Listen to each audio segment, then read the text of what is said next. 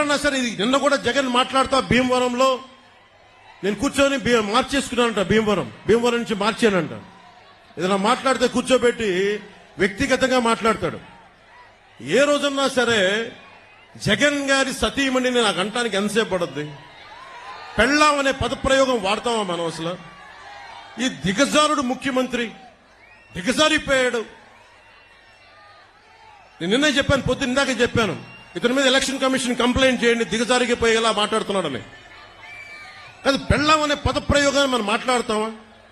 అసలు ఆ స్థాయికి పబ్లిక్ డిబేట్ ముఖ్యమంత్రి అతను ఏంటో నాకు అర్థం కాదు. మీరు ఆలోచించండి ఒకసారి. అరే, సొంత చెల్లికే గౌరవం ఇవ్వనివాడు, సొంత చెల్లి వ్యక్తిగత జీవితాన్ని రోడ్ల మీద పెట్టేవాడు. దీన్ని మీరు ఆలోచించండి ఒకసారి. సొంత చెల్లిని కూడా దారుణంగా నిందించేవాడు, గోడకేసి కొట్టేవాడు.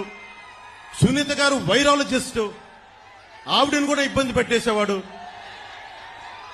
చంద్రబాబు గారు ముఖ్యమంత్రిగా ఉన్నప్పుడు ఏ రోజున్నా సరే ఆయన నిజంగా జగన్ లాగా ఉంటే అసలు జగన్ తిరగలిగేవాడా? రోడ్ల మీద తిరగలిగేవాడా?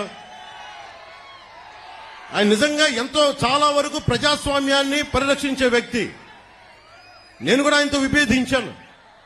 నన్నేమో ఆపలేదు, ఎక్కడ నాకే పోలీస్ ప్రొటెక్షన్ తగ్గించలేదే, నాకెక్కడ పర్మిషన్ డినై చేయలేదే. అందుకే నాకు ఆయనంటే గౌరవం.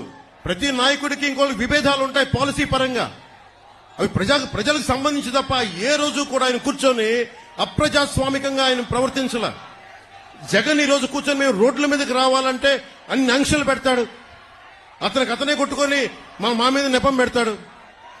ఇంకొకసారి జగన్ ని మీరు కేవలం వచ్చే ఎన్నికలు కాదు, రాజకీయాల్లో అతను పక్కన పెట్టకపోతే ఆంధ్రప్రదేశ్ కాదు దేశానికి కూడా ఇలాంటి నాయకులు చీడ పురుగులు. మీరు దయచేసి బలంగా పెట్టుకోండి. మీరు గనుక బయటికి వచ్చి బలంగా ఈ రోజున చిన్న చిన్న ఉత్సాహం కాదు, పాలపొంగులకు రాకుండా నిజంగా లోతుగా అధ్యయనం చేయండి. మీ భవిష్యత్తు ఇది. నా భవిష్యత్తుకి ఇబ్బంది లేదు, చంద్రబాబు గారి భవిష్యత్తుకి ఇబ్బంది లేదు, ఆయన కుటుంబానికి ఇబ్బంది లేదు. కానీ ఇన్ని కోట్ల మంది ప్రజల భవిష్యత్తుని ఒకళ్ళు బాధ్యత తీసుకోవాలంటే చాలా కష్టమైన పని. మా సైజులు మేము తగ్గించుకున్నాం. చంద్రబాబు గారు దాదాపు ఎన్డీఏ కన్వీనర్ గా ఉండి, జాతీయ స్థాయిలో ఎన్డీఏ కన్వీనర్ గా ఉండి ప్రభుత్వాలు నడిపి కేంద్ర ప్రభుత్వానికి కీలకమైన వ్యక్తిగా ఉండి ఈ రోజున తగ్గి ఆయనకి ఎమ్మెల్యేలు కుదించుకొని తగ్గించుకొని వచ్చారు. అలాగే నాకు కూడా ఓట్ పర్సంటేజ్ పెరిగి కూడా నేను తగ్గించుకున్నాం. మనకి బలమైన బందర్ను కూడా తెలుగుదేశం పార్టీకి వదిలేసాం ఈ రోజున కొల్లు రవీంద్ర గారిని గెలిపించడానికి. దీనికి కారణం ఏంటంటే ఓటు చీలకూడదు. ఎందుకు చీలకూడదు? మీ భవిష్యత్తు కోసం,